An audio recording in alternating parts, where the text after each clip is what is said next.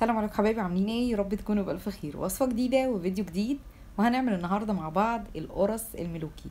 بصراحة ما لقيتش احلى من كده اسم اسميها بيه. عايزه اقول لكم طعمها تحفة جدا، ولا احلى من كده خالص. يعني لو لسه بتشتري قرص من بره بيتهيألي مفيش حاجة ان احنا نعملها وهتطلع عظمة خالص زي ما انا شايفه بالشكل ده. هشة وجميلة جدا، والأحسن من كده إن هي سهلة قوي، أي حد يقدر يعملها وهتطلع معاه بالنتيجة اللي انتوا شايفينها دي. نتيجة ممتازة جدا. كل حاجة فيها بصراحة حلوة قوي، حتى كمان هي اقتصادية مش فيها مكونات كتير، والنتيجة بصراحة ولا أحلى من كده. ما تنسيش اللايك، خليكي معايا لآخر فيديو يلا بينا. عندي هنا كوباية من اللبن، الوزن بتاعها ده 225 ملي. نزلت عليهم معلقة كبيرة من الخميرة البودر، وكمان عندي هنا 70 جرام من السكر، يعني حوالي 4 معالق كده. ودي هتبقى مسكرة معاكي، يعني هتبقى القرص معاكي حلوة. لكن لو هتحبي مثلا ان انت تاكليها بحاجات مالحة، نقدر ان احنا نقصر شوية من كمية السكر دي، نخليها معلقتين بس. بقلبهم بشكل كويس جدا كده زي ما انتم شايفين. وطبعا لو احنا مش متأكدين من الخميرة بتاعتنا، لازم نعملها تيست الاول. عندي هنا ربع كوباية من اللبن الرايب. طبعا ده هشوف ان انا لو هحتاجه كله هحتاجه نصه، على حسب امتصاص الدقيق للمادة السائلة.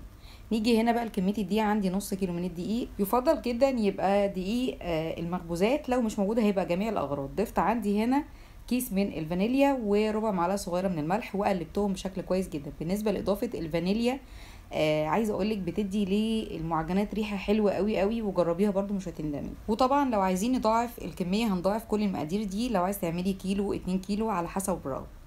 نيجي هنا بقى في عجان، او حتى لو هشتغل بايديا هعجن على ايديا يعني. هنزل عندي الدقيق في بولة، وهنزل عندي كمية السمنة اللي هي نص كوباية من السمنة. يفضل جدا لو مش عندك بلدي تبقى خليط ما بين البلدي والنباتي، لو مش عندك خلاص هتبقى نباتي وهنشتغل ومش هنوقف. هنا بقى هبتدي ان انا ابسهم مع بعض الاول كده.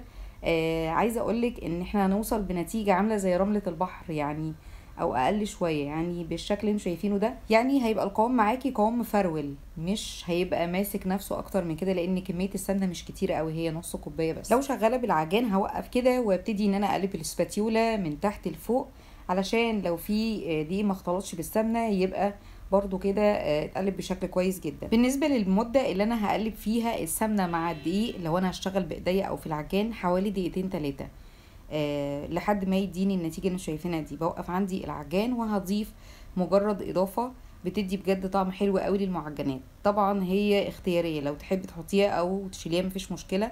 معلقتين من اللبن البودر، ولكن ليها تاثير حلو قوي. طبعا ضفتهم وابتديت ان انا اشغل عندي العجان تاني، علشان اللبن يتقلب كويس جدا مع الخليط اللي عندي ده. وبعد كده هروح موقفاه ومنزله عندي اللبن اللي ضفنا عليه الخميره والسكر.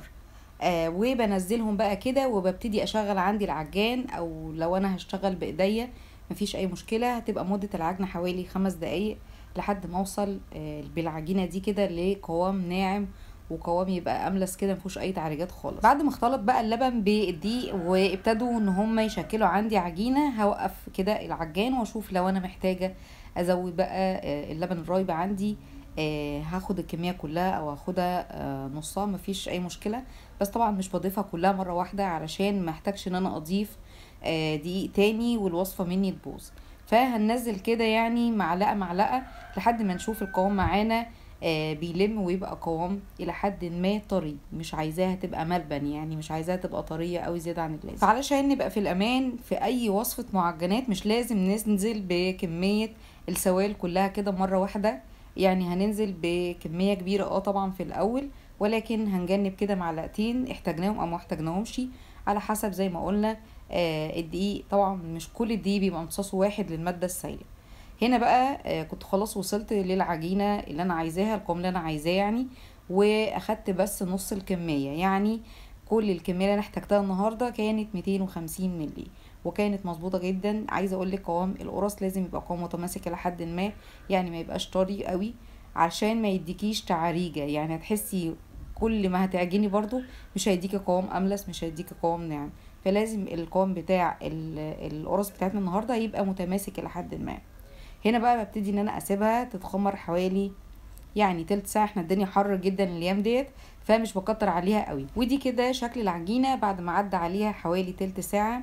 طبعا بالنسبه لخطوه التخمير ما بين الصيف والشتاء اكيد بتختلف جدا. يعني في الشتاء طبعا بتبقى اكتر من كده، ممكن توصل لحد ساعه، ولكن في الصيف الجو حر قوي فبيخلي العجينه تخمر على طول، ما تاخدش وقت.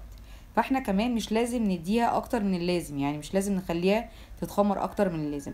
هنا ابتديت ان انا اعمل عندي العجينه رول كده واقسمها. طبعا انت عايزه قرص صغيره كبيره، ولكن لو عندك ميزان، القرص اللي انا عملتها النهارده دي كانت بوزن 50 جرام، حلو جدا.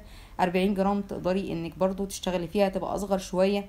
عايزه تخليها 60 جرام مفيش مشكله. ما عندكيش خالص ميزان، تقدري ان انت بالعين كده بتبقى قد البضايه. ببتدي ان انا اقرصهم وبحطهم عندي في صينيه ما بدهناش اي حاجه. القرص عندي فيها كميه سمنه كويسه تخليها ما تلزقش لا في الصواني اللي انا بريح فيها ولا حتى في الصواني اللي انا هخبزها. هنا بقى هبتدي ان انا ارصهم زي ما انتوا شفتوا كده، واغطيهم عشان الوش بتاعهم ما ينشفش، وبسيبهم حوالي 5 دقايق. وبعد كده ابتدي ان انا اشتغل على طول، بحيث لما اجي احطها عندي في الصاج او في الصينيه اجي بقى كده افردها ما تلمش مني او تأستك مني، دي بتبقى مش مستريحه بوقت كافي. هنا بقى بجيب عندي الصاجه او الصينيه، مش هتفرق بقى سواء ألمونيوم او تيفال او اي حاجه، اللي متوفر عندك هتقدري انك تشتغلي فيه. وبرصهم كده زي ما شفتوا، وببتدي ان انا افردهم يعني بسمك حوالي سنتي، وما بخليهمش يعني رفيعين قوي ولا حتى يبقوا سماك اللي هم لسه ليهم تخميره. وبكمل عندي طبعا زي ما انتم شايفين. عايزه اقولك بالنسبه لكميه النص كيلو اللي احنا عملناها النهارده، عملت لنا 20 قطعه. بيتهيألي طبعا كميه كويسه لكميه الدقيق اللي احنا عملناها. ولو تحبي انك تعملي اكتر من كده وتحطيه في الفريزر، تبقى معاكي في فطار هايله جدا جدا، تبقى معاكي في عشاء في نص اليوم، بجد بتبقى حلوه قوي. عامه المخبوزات يا جماعه بتبقى في البيت ستر، حلوه قوي قوي يعني.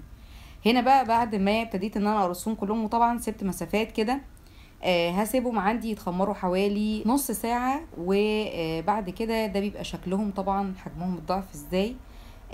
هنا بعمل بقى يعني تخريمات كده، سواء بشوكة او حتى هي العصيان بتاعة الشيش. ولو انتي مش عايزة تعملي الخطوة دي مفيش اي مشكلة خالص. نتكلم بقى على خطوة التسوية. بشغل فرن عندي على درجة حرارة 180 لمدة 10 دقايق قبل ما بدخل اي حاجة خالص. طبعا الفرن عندي بيبقى شغال من تحت بس، بدخل القراص في الرف اللي في النص. اول لما بتاخد لون كويس من تحت اطفي وشغل عندي الشوايه، وطبعا ما ببقاش معليها على الاخر، وبقلب طبعا طول وقت التسويه ده الصينيه كده شمال ويمين، بحيث ان هما كلهم ياخدوا لون موحد في نفس الوقت. وبكده يكون خلص فيديو النهارده، اتمنى يكون عجبك وجربيها. ما تنسيش اللايك والاشتراك، وللمتابعه فعلي زر الجرس على الكل علشان يوصل لي كل جديد. وسلام عليكم.